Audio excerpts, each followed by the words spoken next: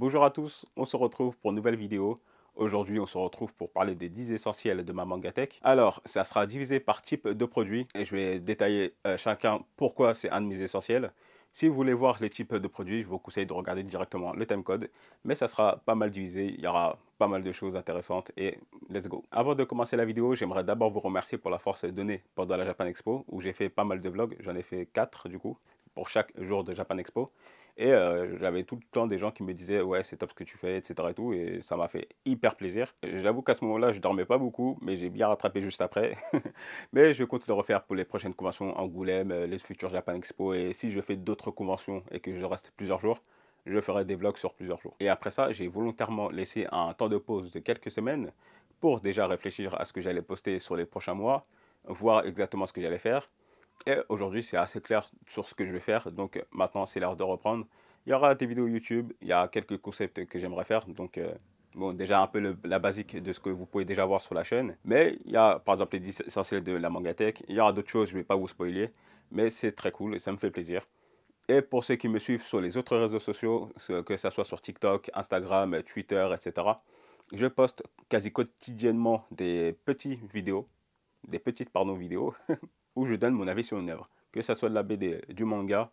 Après, c'est principalement du manga, mais j'aimerais poster aussi un peu plus de films, séries, peut-être même jeux vidéo si j'arrive à en finir. Je stream aussi sur Twitch. Là, j'en profite puisque la commanderie en pause pour un peu me focus sur mon contenu perso et essayer d'avoir une réelle organisation qui va me permettre de déjà pouvoir faire tout ça, plus avoir la commanderie à côté. Et si ça passe, bah, je serai hyper content. En tout cas, n'hésitez pas à me suivre sur mes différents réseaux sociaux. Je suis bien plus actif sur Twitter, TikTok, un peu moins Instagram, mais je suis bien actif. Une dernière chose avant de commencer la vidéo, je vais faire un peu comme pas mal de youtubeurs. J'ai un code de parrainage Rakuten à vous partager. Il est directement en description et je vous le montre aussi là. Alors, en créant un compte et lors de votre première commande, vous aurez 10 euros offerts du coup sur votre première commande. Et moi, je vais aussi également recevoir un certain montant. Si je me souviens bien, c'était 5 ou 10 euros. Je crois que c'est 10 euros. Et ensuite, à votre tour, vous pourrez vous-même le partager à vos potes pour vous parrainer et aussi recevoir de l'argent. Donc actuellement, si vous avez une commande à passer, avec ce code, vous aurez déjà 10 euros de réduction et ça peut être sympathique. Bon, maintenant, c'est l'heure de commencer mes 10 essentiels de ma Mangatech. Déjà, je précise, il y aura des mentions honorables. Et je vais également pas mal détailler certaines choses parce que déjà, j'ai pas eu l'occasion de vraiment parler de moi dans cette chaîne YouTube. Donc, je vais essayer de préciser pourquoi chacun est un de mes essentiels. Donc, il y a des moments où je vais un petit peu me raconter ma vie. Donc, si vous en foutez, passez au timecode suivant. Là, on va commencer par un très gros classique. Et pas n'importe quel classique. Le genre de classique qui a bercé énormément de monde pendant l'enfance et que continue de bercer encore des gens aujourd'hui et qui est logiquement reconnu par tout le monde, c'est Dragon Ball. Dragon Ball, il faut savoir que c'est pendant très très très longtemps mon manga préféré. Et en vrai, si je dois être honnête, en vrai, j'aimerais même pas le classer parce que c'est le manga qui m'a permis de déjà réellement découvrir les mangas et qui m'a permis de m'ouvrir aux animes, etc. Il y avait bien sûr des animes où j'avais même pas conscience que c'était des animes japonais. Mais Dragon Ball, c'est vraiment le premier. Carrément, quand j'étais petit, je faisais en sorte d'avoir les tomes en kiosque. J'allais à la bibliothèque pour lire du Dragon Ball. Vraiment, ça m'a mis très très bien. Et j'ai même quasiment appris à lire du Dragon Ball. Donc vraiment, Dragon Ball, je pourrais en parler longtemps. Carrément, moi, quand j'étais petit en primaire, je passais plus de temps à dessiner du Dragon Ball qu'à aller jouer au foot avec les potes. Donc, non, vraiment, Dragon Ball, un très très très gros coup de cœur. Et ça bougera jamais. Là, on est donc sur la parfaite édition. Selon moi, c'est la meilleure édition. J'ai pas eu l'occasion de vraiment feuilleter la nouvelle édition qui est en train de sortir actuellement. C'est la Couleur édition. C'est cool d'avoir quand même du Dragon Ball en couleur, mais bah, je la trouve vraiment parfaite celle-là. Et j'ai pas eu cette réflexion de me dire, ok, je vais vendre la parfaite édition pour acheter la couleur édition. Parce que la seule plus-value au final, c'est la couleur. Ah, mais est-ce que ça me tient vraiment à cœur d'avoir la couleur? À voir. Mais un jour, je vais vraiment feuilleter la couleur édition et je vais prendre une décision à ce moment-là. Mais la Perfect Edition, très bien, j'ai pas besoin de plus. Là, on va parler de mon manga préféré. Pour ceux qui me suivent sur Twitter, Insta, etc., ils savent déjà c'est quel manga parce que j'en ai quand même pas mal, vraiment pas mal parlé, jusqu'à faire un space sur le sujet avec la commanderie. C'est Hajime no Ippo. Hajime no Ippo, c'est du coup mon manga de sport déjà préféré, mon manga préféré tout court, et je pense même pas avoir besoin de le présenter, mais je vais le faire en très rapide. On suit Ippo Makunuchi, c'est un jeune garçon qui est au lycée, qui est chétif, il n'a pas trop confiance en lui, etc. Il aide sa mère au travail, ce qui fait qu'il n'a pas forcément le temps de rencontrer les gens de sa classe, et donc de faire ami-ami. Et il faut savoir qu'il est harcelé par certaines personnes. Un jour, quand il rentrait de l'école, il se fait encore harceler par ce groupe de personnes, et il y a un boxeur qui va passer par là, il s'appelle Takamura, beaucoup d'entre vous sûrement le connaissent, et va le sauver de ce moment-là. Et Hippo, à ce moment-là, a ressorti une forte humiliation parce que il y a un d'eux qui a insulté sa mère à Hippo, et on sent sur son visage à Hippo que ça ne lui plaît pas du tout, mais qu'il n'ose pas réagir réellement. Hippo va tomber dans les pommes, et à son réveil, Takamura l'a emmené dans une salle de boxe, le Kamogawa Boxing Gym. Quand il se réveille, il est assez impressionné parce qu'il voit des gens en train de s'entraîner, faire de la corde à sauter, du sparring, sac de frappe, etc. Et Takamura va lui dire, ouais, défoule-toi sur le sac de frappe, et imagine que sur le sac de frappe, c'est celui qui t'a insulté tout à l'heure. Et les gens qui sont autour sont assez surpris de voir que Hippo a une frappe de zinzin. Et tout ça va donner l'envie à Hippo de se lancer dans la boxe de manière professionnelle et d'en faire sa carrière. Et c'est pas du tout pour le prestige d'avoir des ceintures, d'être champion du monde, etc. Non, lui, il a une question en tête qui va énormément le trotter dans la tête et qui va rester très longtemps. Il va se demander qu'est-ce que ça fait d'être fort. Et Hippo pense qu'avec la boxe, il aura les réponses à ces questions. Les gens qui suivent le manga sont forcément énormément fans. Il y en a beaucoup qui le connaissent parce que c'est un très long manga qui a plus de 130 tomes. Je ne me souviens plus exactement où on est en France ni au Japon. Mais c'est un excellent manga de boxe, de sport, un excellent manga tout court. Et c'est le manga d'une vie. On ne suit pas seulement Hippo qui veut faire de la boxe, on suit énormément de boxeurs. Et il y a un côté très slash of life qui est très intéressant. Et le développement des personnages est très efficace. Aujourd'hui encore, on en apprend bien plus sur des personnages qu'on suit depuis les débuts. Si vous avez l'occasion de découvrir le manga, foncez. Sinon, il y a l'anime qui est disponible en HD sur Netflix. Donc, foncez. Là, on passe sur la dernière intégrale de manga essentielle de ma Mangatech. C'est un très gros classique que beaucoup ont connu via un anime qui passait il y a très longtemps. Et le manga est exceptionnel, c'est Hokuto no Ken.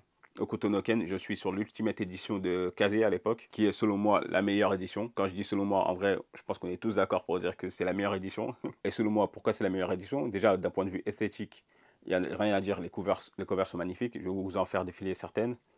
Ensuite, la fresque, elle est dingue. Moi, ce que j'aime bien avec les fresques de certains mangas, c'est qu'elles sont bien visibles, mais pas trop non plus. C'est pas très français. Ce que je veux dire par là, c'est que c'est très sobre, ça reste quand même assez discret, mais on le distingue bien à l'œil. Moi, j'aime bien les fresques assez discrètes sur les mangas, donc comme pour Hokuto no Ken, ou la parfaite édition de Dragon Ball, où on a juste une fresque au niveau du bas du dos, qui est super sympathique, mais ce n'est pas ça qu'on remarque directement le plus sur le manga. Alors, je ne pense pas avoir besoin de présenter Hokuto no Ken, mais je vais le faire quand même. Alors, on va suivre Kenshiro, qu'on voit sur la couverture. Il faut savoir, par rapport à l'univers, on est aux environs des années 1990. Je dis bien aux environs parce qu'on n'a pas l'année exacte. Et il faut savoir qu'il y a une bombe atomique qui a explosé. Et depuis ce jour-là, c'est l'anarchie. On voit la mort quotidiennement. Il n'y a plus de capitalisme, c'est vraiment chacun pour sa pomme. Il y a un côté très Mad Max et c'est justement l'une des refs pour ce manga. Et dans ce monde de brut, il existe un homme, Kenshiro, qui a un très grand cœur et qui est extrêmement fort. Kenshiro qui est très charismatique, qui est imposant, qui est très fort, qui a un grand cœur et qui va montrer la voie aux gens. Il va globalement se battre contre la justice et il a également un objectif que je ne vais pas spoiler pour certains, mais il veut sauver quelqu'un. Je vous en dis pas plus. On est sur un duo d'auteurs qui est excellent. Boronson qui est excellent au scénario pour la plupart des mangas qu'il a fait. Et Tetsuhara qui est excellent au niveau du dessin. Je pense que c'est un de mes mangas préférés en termes de dessin. Je vais vous montrer une planche tout à l'heure et je vous spoil pas. Mais tout à l'heure, je vais vous montrer une planche qui est magnifique et qui est dessinée justement par Tetsuhara. Et je pense que c'est ma planche préférée de tout manga confondu. Pour ceux qui pourraient penser que ce manga a mal vieilli, bah non du coup. Moi je l'ai lu il y a je crois 4-5 ans et ça a été vraiment un coup de cœur direct dès le premier tome. Je passais tous mes soirs à lire un tome, je me posais, j'avais mon petit thé et tout, j'étais trop bien. Mais oui, Hokuto no Ken ça vaut largement le coup. Si vous avez l'occasion de le découvrir en manga, faites-le. L'anime, je ne conseille pas forcément parce que la traduction, je la trouve pas folle. Enfin, le doublage, pardon. Et ne serait-ce que pour la culture, il faut le lire. Alors là, on va passer aux artbooks essentiels de ma Mangatech et j'ai décidé d'en présenter deux. J'aurais pu en présenter plus, mais deux, je trouvais ça très bien. Alors là, c'est un petit peu de la triche parce que c'est un coffret de deux artbooks, mais j'ai décidé de tricher et de le compter comme un seul artbook. Le coffret que je vais vous présenter compile les deux artbooks Water Sumi de Vagabond de Inoue. Le coffret ressemble à ça. Je vais vous montrer toutes les faces.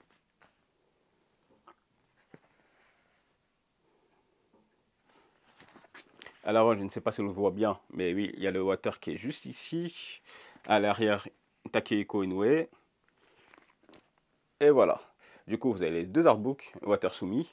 Et à l'intérieur, il y a des cartes postales. Je vais vous les ouvrir. Je ne sais pas si j'ai toutes les cartes postales parce que je crois qu'il y en avait 5, apparemment. Mais je ne suis pas sûr du tout. Là, j'en ai 3. Alors, il y a Takuan. Alors, je ne sais pas si on le voit bien. Ensuite, on a Kojiro. Et ensuite, logiquement, il y a Miyato Musashi. Et pour ceux qui ne connaissent pas le manga, je ne pense pas avoir besoin de le présenter, mais je vais quand même le présenter. Alors, dans Vagabond, on va suivre Musashi Miyamoto, qui est un ronin. Un ronin, c'est un samouraï errant, qui n'a pas de maître en tout cas. Et il vit sa vie totalement. Et il est à la recherche des plus grands combattants parce qu'il a décidé de suivre la voie du sabre. Il a décidé de suivre la voie du sabre. Et le parcours qu'il a pendant tout le manga est exceptionnel. C'est super intéressant. Après, c'est très romancé par rapport à ce qui s'est réellement passé dans la réalité. Il faut savoir que Musashi Miyamoto a réellement existé et il existe des romans par rapport à son histoire. Vagabond est romancé, mais c'est très bien fait. D'abord, on a Inoue qui est excellent au dessin. Les moments où Musashi est seul face à lui-même sont exceptionnels et vraiment, je trouve ça dingue. Je vous préviens d'avance, il y a potentiellement des spoils en regardant l'artbook, donc je vous conseille de passer quelques secondes si vous n'êtes pas à jour. Alors, du coup, on a ça comme planche.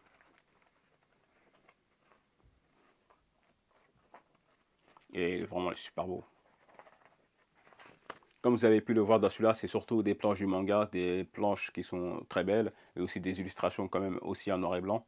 Et sachant que j'aime énormément Vagabond, bah, j'étais obligé d'avoir les artbooks. Il faut savoir aussi que quand j'ai commencé Vagabond, j'avais lu les 11 premiers tomes, et à l'époque, je les lisais sur une liseuse Kobo. Et j'avais lu jusqu'au tome 11, et je me suis dit à ce moment-là, par rapport à un combat en particulier, où je me suis dit, ok, j'arrête de lire sur liseuse, il me faut les mangas en physique, et comme ça j'enchaîne comme il le faut en papier. Alors là, j'étais interrompu, alors je ne sais plus où j'en étais. Moi, Vagabond, comment j'ai découvert, c'était il y a quelques années, et j'ai commencé à lire à l'époque où j'avais une liseuse, je lisais sur une Kobo, et j'avais lu jusqu'au tome 11, jusqu'à un combat qui m'a grave impressionné, et je me suis dit, ok, les dessins déjà sont exceptionnels, le manga est lourd, donc il faut logiquement que je le lise en papier. Du coup, j'ai laissé tomber la lecture sur ma liseuse pour ensuite acheter l'intégrale. Bien sûr, je ne l'ai pas acheté directement parce que c'est plus de 300 € quand même pour avoir tous les tomes d'un seul coup. Mais ça m'a pris quand même, je pense, maximum une année pour réunir tous les tomes. Et surtout sur la bonne édition parce qu'il y a plusieurs éditions et on peut le voir en fonction du logo Delcourt Tonkam. Et j'ai relu des zéros en papier, j'ai kiffé à la mort, c'était exceptionnel et manga coup de cœur, vraiment. Et ensuite, le second artbook du coffret, c'est Water. C'est Water, là il est en couleur. Encore une fois, si vous n'êtes pas à jour sur le manga, passez quelques secondes. C'est vraiment magnifique. Là c'est en couleur, pas mal d'illustrations. Inoue est trop fort. Vraiment, si vous aimez Vagabond, je vous conseille de l'avoir parce qu'il vaut largement le coup. Le coffret tout court. Au niveau du prix de ce coffret, je ne sais pas il est à combien. Il faut savoir qu'à l'époque où je l'ai eu pour 160 € si je me souviens bien. Aujourd'hui, il doit être peut-être moins cher. Je ne sais pas s'il a été réimprimé ce coffret. Je ne sais pas du tout. Je ne vais pas dire de bêtises. Mais il est trouvable. Alors là, on va passer à mon artbook préféré. Et il n'y a même pas un petit peu de débat sur la qualité de cet artbook. Je le trouve incroyable. Et je vais bien vous le présenter en détail. C'est l'artbook Hokuto no Ken. Voilà. Là, on est sur un bon gros coffret qui est magnifique. Il est archi grand. Pour donner une idée pour certains qui l'auraient, il fait à peu près la taille du coffret. Enfin, déjà, c'est même pas un coffret, la comparaison que j'allais faire. Mais je vais vous faire le comparatif quand j'aurai sorti l'artbook du coffret. Alors, déjà, l'illustration, elle est incroyable sur le coffret. Il faut savoir que c'est justement cette planche qui est l'une de mes planches préférées de tout manga confondu. Et je pense même ma préférée, tout court. Je la trouve trop incroyable, elle est trop belle. Le regard que Kenshiro a au loin, les détails sur le dessin, etc., j'aime trop. Alors on va l'ouvrir ensemble. Voilà ce qu'il y a à l'intérieur. Alors déjà, regardez, il est ouf, il est trop beau. Et il faut savoir que dans ce coffret, il n'y a pas seulement que cet artbook, il y a pas mal de choses que je vais vous présenter et ensuite je vous présente l'artbook. Alors à l'intérieur du coffret, on a ce petit livret, il y a marqué Hokuto no Ken Certificate Examination. Et à l'intérieur, on répertorie déjà pas mal de personnages du manga. Et je pense même qu'il y a tous les personnages. Après, là, c'est en japonais, donc j'avoue, j'ai jamais pris la peine de lire exactement ce qu'il y a écrit dedans. Mais voilà à peu près ce que ça donne. On a une petite affiche qui fait la promotion du Weekly Comic Bunch. Ça ressemble à ça. Et à l'arrière, c'est comme ça. Alors, je sais pas si on le voit bien. Mais là, on voit toutes les couvertures de l'Ultimate Edition qu'on avait chez Kazé, qui est maintenant Crunchyroll. Et là, on a les produits en plus qui m'intéressent le plus dans ce coffret, c'est les planches. Donc, ma planche préférée. Mais je vais vous montrer dans l'ordre. Alors, on va commencer par laquelle? Alors, on va commencer par celle-ci. Du coup, comme vous pouvez le voir, c'est en japonais, avec certains détails sur le côté. C'est super beau. Pour ceux qui ne veulent pas être spoil, ne regardez pas la suite. Là, les 3 prochaines planches, je vais apporter des détails sur les planches et le contexte. Donc, si vous n'êtes pas à jour sur Hokuto no Ken et que vous voulez alors lire plus tard, ne regardez pas à ce moment-là. Passez au timecode suivant. Alors là, on a la planche où il y a Toki et Rao qui se battent. Et c'est un combat qui est impressionnant, il est exceptionnel. C'est un moment où Toki met une belle patate à Rao. Il lui met un beau uppercut en plein menton. Mais Rao l'a bien esquivé. Et comme on peut le voir, Tetsuhara, il est excellent en dessin. C'est une dinguerie. Ensuite, on a la classique planche où il y a Rao qui lève le poing vers le haut. Elle est incroyable. Et comme vous pouvez le voir sur le dessin, enfin sur la planche, pardon, on peut voir le crayonné. Alors, je ne sais pas si l'on voit bien, mais du coup, oui, il y a cette planche qui est incroyable. La scène, elle est iconique pour moi. Et je me souviens avoir lu ce passage-là, j'étais à bout. C'était la pression, j'étais pas bien. Mais ouais, cette planche, elle est magnifique. Et Rao, c'est un de mes antagonistes préférés, voire mon antagoniste préféré de manga. En tant qu'antagoniste, et bien sûr, je ne précise, antagoniste ne veut pas dire forcément méchant, mais celui qui oppose au protagoniste. Et Rao inspire la terreur. Il inspire la terreur juste avec certaines apparitions et je trouve ça excellent. Et là, là c'est ma préférée, c'est celle de Kenshiro qui regarde au loin. Le dessin est incroyable. Le regard qu'il porte au loin, les détails au niveau des formes qu'il a, etc. C'est trop fort. Alors, vraiment, il n'y a rien à dire, c'est excellent.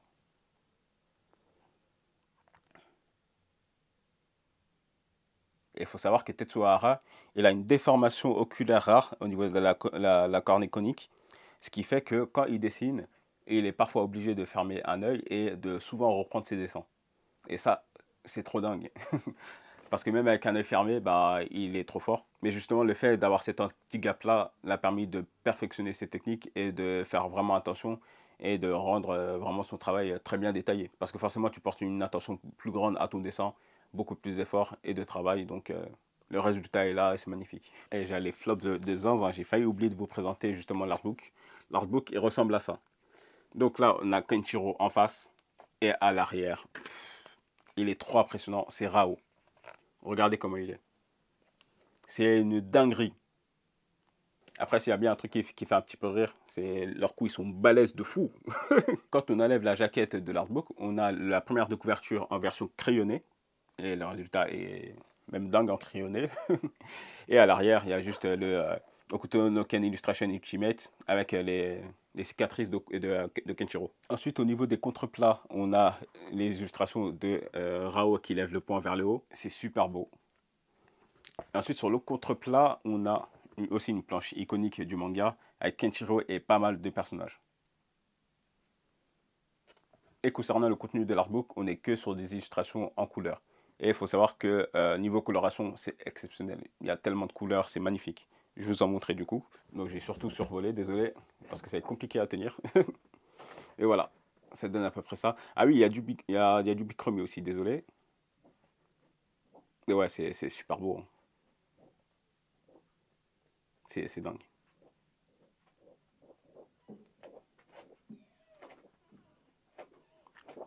Il n'y a que des illustrations en couleur, c'est incroyable. Alors pour vous rendre compte de la taille de cet artbook, je vais prendre un livre d'exposition. Alors je vais prendre celui de Moto Hagio. Alors, si vous les mettez côte à côte, on peut voir que l'artbook de Hokuto no Ken est légèrement plus grand. Enfin légèrement, même bien plus grand. Ouais, il est balèze. Hein. Et pour vous donner un autre ordre d'idée, il est plus petit que le coffret Chainsaw Man. En comprenant le coffret, bien sûr. Et la différence que je vous ai montrée avec mon pouce, ça correspond à la même différence, sauf que celui de Chainsaw Man est plus grand. Selon moi, cet artbook est un essentiel de zinzin si vous êtes fan de Hokuto no Ken. Au niveau du prix, moi je le suis à l'avoir eu pour environ 190 € en comptant les frais de douane. Je crois qu'il est encore trouvable à ce prix. J'aurais trop aimé que Crunchyroll l'édite, mais bon, je pense que c'est impossible.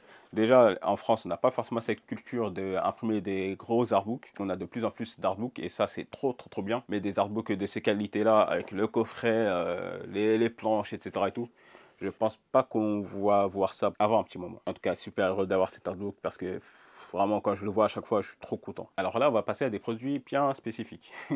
Alors là, je vais vous présenter un jump que j'ai. Alors déjà, il faut savoir que j'ai pas beaucoup de jumps, j'ai surtout des jumps qui sont significatifs et qui sont à l'occasion d'un certain événement. Et là, j'ai le jump par rapport au film The First Slam Dunk. Le voici. Je le trouve incroyable, il est trop beau. Et il faut savoir que ce jump, si je me souviens bien, reprend pas mal de matchs du manga. Slam Dunk est aussi un de mes mangas préférés. Et en plus, il y a encore Inoue qui est dessus, il est trop fort. Et c'est mon deuxième manga de sport préféré. Mon troisième, c'est Awashi. D'ailleurs, dites-moi en commentaire quel est votre top 3 manga de sport préféré. Au dos du jump, on a l'affiche du film. Je suis fan de Slam Dunk, donc forcément il me fallait un jump. J'en avais avant, mais j'ai dû les vendre parce que j'avais pas forcément la place pour les exposer. Mais celui-là, vu qu'il est occasionnel, je me suis dit, bon, je vais le prendre. Par rapport au jump Slam Dunk, il faut savoir que j'ai une grosse recherche. Il y a peu de choses que je cherche dans ma Mangatech, mais s'il y a bien un truc que je cherche, c'est celui-là. C'est le dernier jump de Slam Dunk. Et du coup, la couverture, je la trouve incroyable parce que c'est la première couverture où on a vraiment toute l'équipe en mode bien stylé, etc. Et le plus important, c'est le jump de ma naissance. En gros, je suis né au moment où ce jump est sorti et je trouve ça trop représentatif. Et on est beaucoup aussi à vouloir le jump de notre naissance. Et en plus, bah, ce jump, il est incroyable. Donc, j'aimerais bien l'avoir. Et il coûte un petit peu cher. Donc s'il y a quelqu'un qui le vend, n'hésitez pas, je suis disponible et tous mes réseaux sont ouverts. Cet essentiel-là, c'est un collector et en plus on peut faire même un petit 2 en 1 parce que c'est aussi une dédicace. C'est le coffret 1 et 2 d'éveil. Alors c'est édité chez Noé Graphics, malheureusement, désolé de devoir dire ça. Et du coup l'illustration, elle est magnifique. L'autrice m'avait fait une dédicace où elle m'a même rajouté une petite rose et je trouvais ça trop mignon. Elle est trop bien faite. Pour ceux qui ne connaissent pas Veil, c'est un mélange de manga artbook. On a quelques scénettes et ensuite on a des illustrations. On nous parle d'une femme qui n'ouvre jamais les yeux. On ne dit pas explicitement qu'elle est aveugle, mais on nous dit tout simplement qu'elle n'ouvre jamais les yeux. Et elle va faire la rencontre d'un certain Alexander, qui est policier. Et il y a une certaine romance qui va se créer entre les deux, qui est super belle et super bien illustrée. Je vais vous montrer quelques exemples avec le tome 1. Ah oui, une chose importante à savoir avec cette édition, c'est qu'il faut savoir qu'il y avait un coffret. Bah oui, du coup, il y a un coffret, logique. Et dans certains coffrets, il y avait des cartes dédicacées. Je ne me souviens plus si c'était les cartes des coffrets qui étaient dédicacées ou les cartes des tomes. Mais il y avait du coup des cartes qui étaient dédicacées par l'autrice et je trouvais ça trop dingue. J'avais vu des gens sur Twitter avoir la carte dédicacée et j'étais content pour eux. Alors le dessin ressemble à peu près à ça. Bon, il y a aussi des cartes dans les tomes. Et ensuite, on a des illustrations dans les tomes. Alors, comme ici. Alors,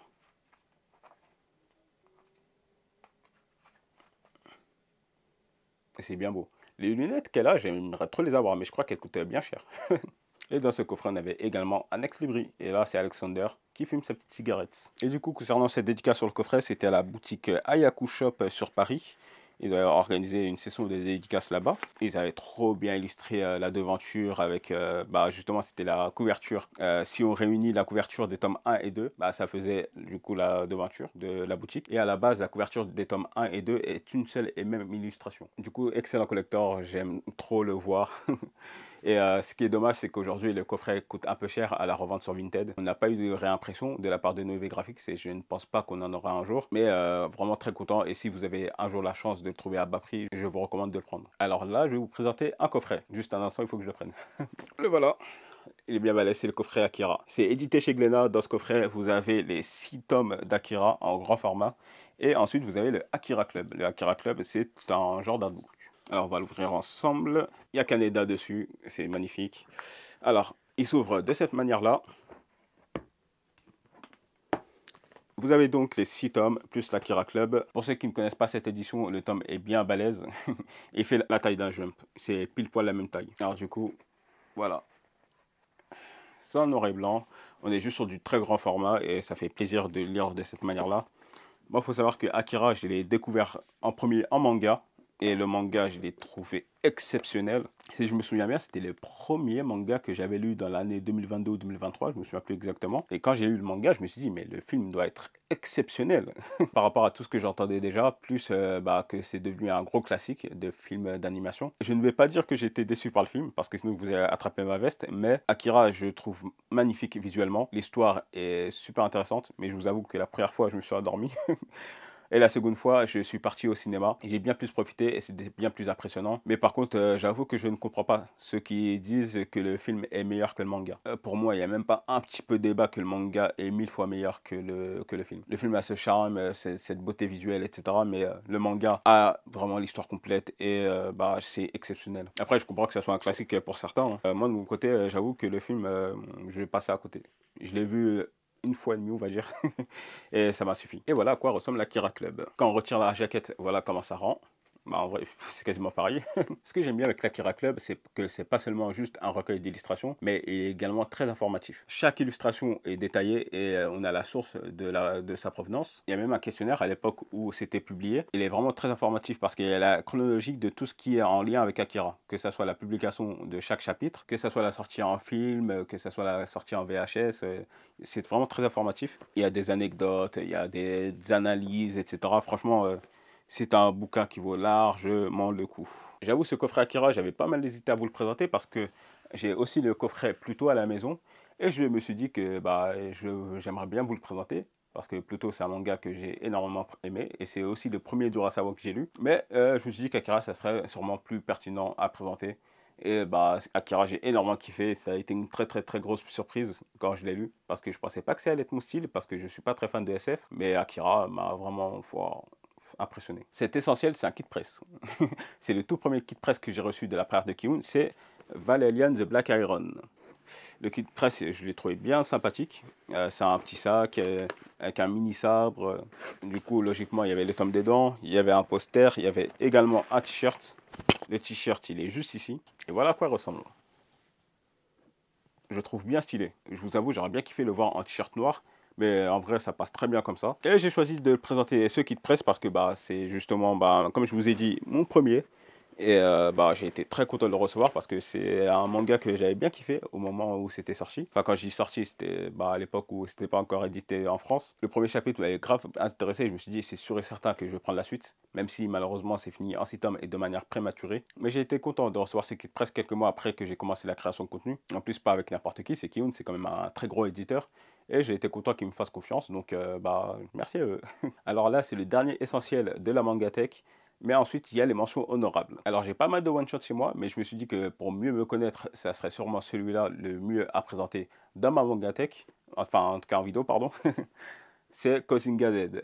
Kozinga Z, édité chez Nazca Edition. Il faut savoir que c'est un manoir historique que j'ai trouvé très intéressant. Et pourquoi je dis que pour mieux me connaître, je présente ce one-shot, c'est parce que là, on a le hobby, où ça part de sa médaille de bronze à une compétition. Mais à l'arrière, on a un commentaire. Le commentaire, c'est moi. En gros, je suis sur le hobby du manga. Bon, là, on ne voit pas très bien à cause de la lumière, mais je vous le montrerai un peu plus en détail. Je suis pas trop fier de ce que j'ai écrit, finalement. Bah, il faut savoir qu'à l'époque, c'était à mes débuts de création de contenu. Et Nazca Edisu était chaud pour me mettre sur le bandeau du manoir. Et je vais vous lire le commentaire que j'ai fait. Aujourd'hui, si je dois faire le même commentaire, bah, je ne ferai pas pareil, je changerai. Je vais vous le dire en vif. À la croisée du manga Kingdom et du film 300, ce tournant de l'histoire taïwanaise nous offre une belle bataille entre deux leaders charismatiques. Pour les gens qui ne sont pas forcément très intéressés quand on leur propose des œuvres qu'ils ne connaissent pas du tout, même de nom, bah, des fois ça peut être cool de faire des parallèles avec certaines œuvres, que ce soit des films, des mangas, etc. Mais pour mettre sur le hobby d'un manga, je ne pense pas que c'était la meilleure idée de faire ça. Et du coup, ce tome, je le garde logiquement en souvenir parce que déjà, j'aime bien le manga et en plus, avoir son commentaire sur un manga, un manhwa ou autre, un tome tout simplement, bah en vrai, déjà c'est un beau flex. Et je suis bien content de l'avoir eu et je suis, bah. En plus, j'ai pu interviewer l'auteur à l'époque quand il était à Angoulême. On a bien discuté, même pendant une soirée péniche, bah, on a bien discuté, c'était trop marrant, c'était bien cool. Il était timide, mais il était intéressé, ça faisait plaisir de discuter avec lui. Encore une fois, merci à Nazca Edition de m'avoir mis sur le bandeau de ce manga, et en plus, merci pour m'avoir aidé à me lancer dans la création de contenu, parce que faut savoir que c'est également le premier partenariat que j'ai eu, c'est Nazca Edition, parce qu'on s'entendait bien, on avait des valeurs en commun, etc. Et ensuite, il y a eu Kiun, et j'aime bien leur vision à eux, parce que quand vous êtes partenaire avec eux, bah, il y a un réel échange entre eux, il y a des réels conseils. Moi, ils m'ont beaucoup aidé par rapport au contenu que je voulais faire. C'est avec eux qu'on a fait le premier space et il y a eu des annonces de manga. C'est dans ce space là justement qu'on avait annoncé par exemple Horizon, édité chez eux, et d'ailleurs le tome 3 vient de sortir. Et ne serait-ce que pour mes reviews que je faisais à l'époque, etc., ils m'ont beaucoup aidé à bien définir le format que je voulais faire. Donc vraiment merci à eux et bah, grosse force et j'espère que bah, ça va mieux aller à l'avenir. Si vous voulez découvrir des titres sympathiques chez eux, il y a Clown Docteur, il y a Funeral Concerto, il y a Todag, il y a Horizon et il y a également Chronique de l'île éphémère. Alors là, on va passer aux mentions honorables. J'en ai choisi 3 parce que je me disais que bah, ça serait dommage de ne pas les présenter en vidéo. Alors le premier, c'est une figurine. Alors à la base, je ne suis pas très figurine et j'aurais pu vous présenter ma figurine de Berserk. Bon, c'est une petite figurine, je sais plus, c'était Pop-Up Parade si je me souviens bien. C'est en mode, c'est le Guts en mode Berserker. Mais j'ai une figurine bien plus mignonne et que je kiffe. Je vais vous la montrer tout de suite. Pour la figurine, j'aurais pu présenter, je sais pas, Pop-Up Parade comme je l'ai dit, ou alors des big figurines de Tsume, mais j'en ai pas. Mais j'ai préféré choisir quelque chose de bien plus mignon et j'ai pris Astro Boy. C'est de la marque Pop Mart et en gros il y a le concept de Blend Box où vous avez une collection.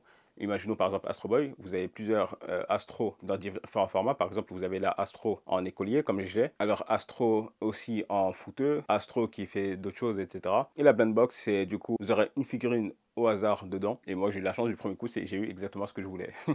Et du coup, je la trouve trop mignonne. Je l'ai mis directement sur ma petite étagère à côté des Kutonoken. Et bah, je sais pas. Je pourrais pas décrire plus pourquoi je l'aime bien. Mais quand j'étais petit, je regardais Astro Boy. Plus, bah, je le trouve trop mignon. Avec son petit sandwich dans la bouche. Donc, bah voilà. Et là, on va passer à un classique que je n'ai pas encore lu. Il faut savoir que dans ma mangatech, il y a des gens, par exemple, qui vont faire en sorte d'avoir le moins de tomes à lire possible, ou alors qui aient zéro à lire dans leur mangatech et avoir vraiment leur manga préféré. Moi, je suis plutôt le genre de mec à avoir ce qui m'intéresse dans ma mangatech. Ce qui m'intéresse, c'est pas forcément les mangas que j'ai lus, mais les mangas aussi que je n'ai pas encore lus et que j'aimerais lire, dont celui que je vais vous présenter, c'est Billy Bat. Billy Bat, c'est du Urasawa, donc forcément, c'est obligé que je le lise. Et j'ai jamais entendu quelqu'un dire que Billy Bat était nul ou pas bon. Et au contraire, j'entends beaucoup de gens dire que Billy Bat est leur manga préféré d'Urasawa. Donc, lecture obligatoire, c'est 20 tomes, c'est disponible chez Pika. Et bah, ça va lire ça très bientôt. J'abuse du très bientôt, mais sûrement dans l'année ou début 2025. J'aurais pu vous présenter d'autres classiques dans ma mangatech, mais je me suis dit que ça serait bizarre un essentiel où je ne vais pas présenter du Urasawa parce que faut savoir que plutôt je kiffe à la mort. 20th Century Boy, c'est un de mes mangas préférés. Vraiment, genre de ouf. Donc je me suis dit, bon, ça serait bien que je présente quand même un Urasawa, parce que bah, déjà, ça me fera plaisir à moi. Et ensuite, dernière mention honorable de ma mangatech, c'est le shoujo que j'aime le plus dans ma mangatech. Et ce shoujo, c'est Nana.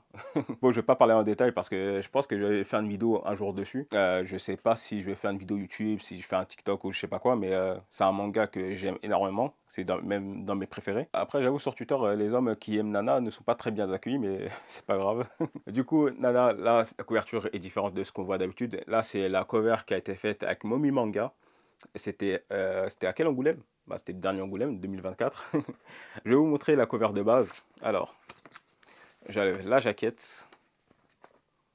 Et voilà à quoi ça ressemble. Donc c'est Nana Osaki assis tranquillement sur son bureau. Et là, sur cette cover exclusive, on voit Nana Osaki encore une fois, qui regarde le coucher de soleil.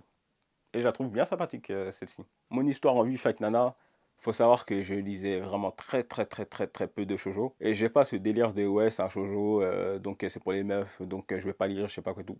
Je m'en fous, mais royalement.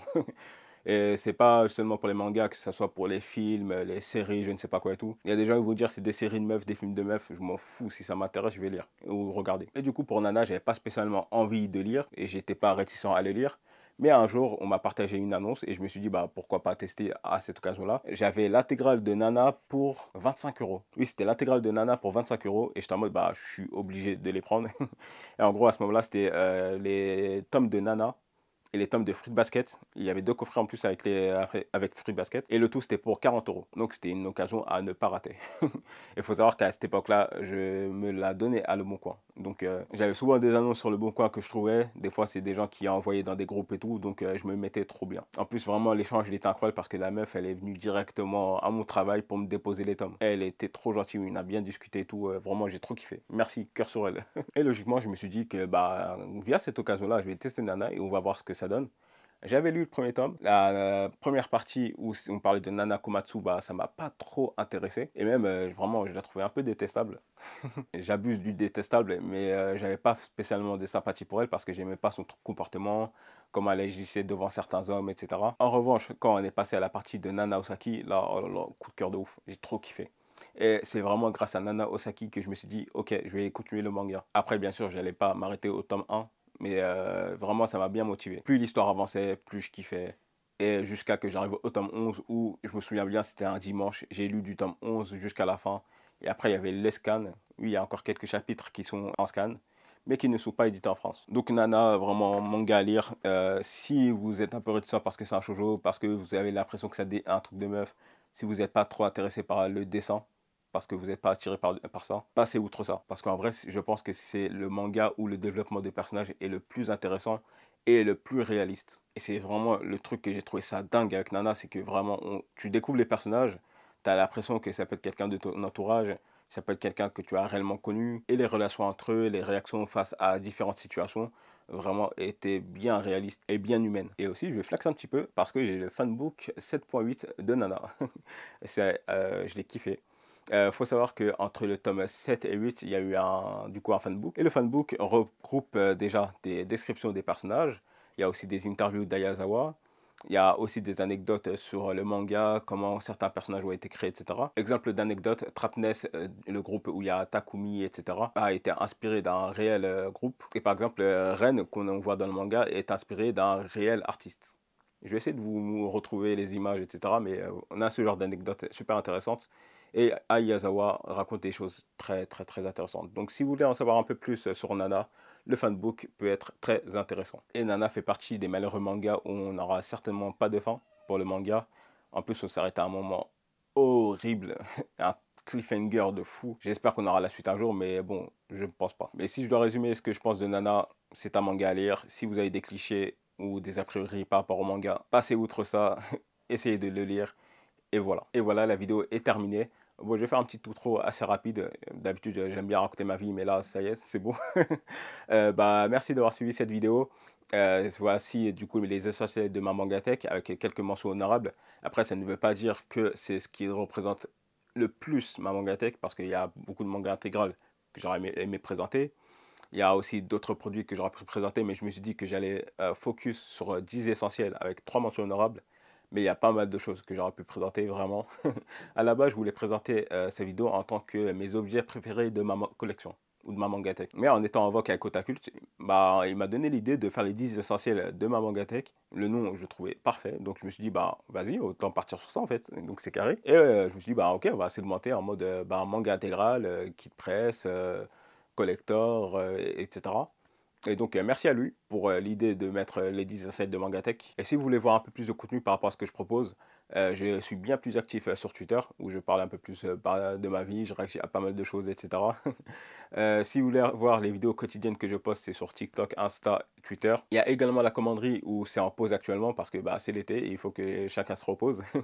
Mais actuellement, on recherche des nouveaux membres. Donc, s'il y a des gens qui se sentent intéressés par l'aventure La Commanderie, n'hésitez pas, ça peut être très intéressant et on est ouvert à tout type de profil, du moment qu'il est complémentaire au groupe. Et vous, quels sont les essentiels de votre mangatech? Que ce soit des mangas, des comics, etc. Comme vous voulez, quels sont les essentiels de votre mangatech? On va faire la classique.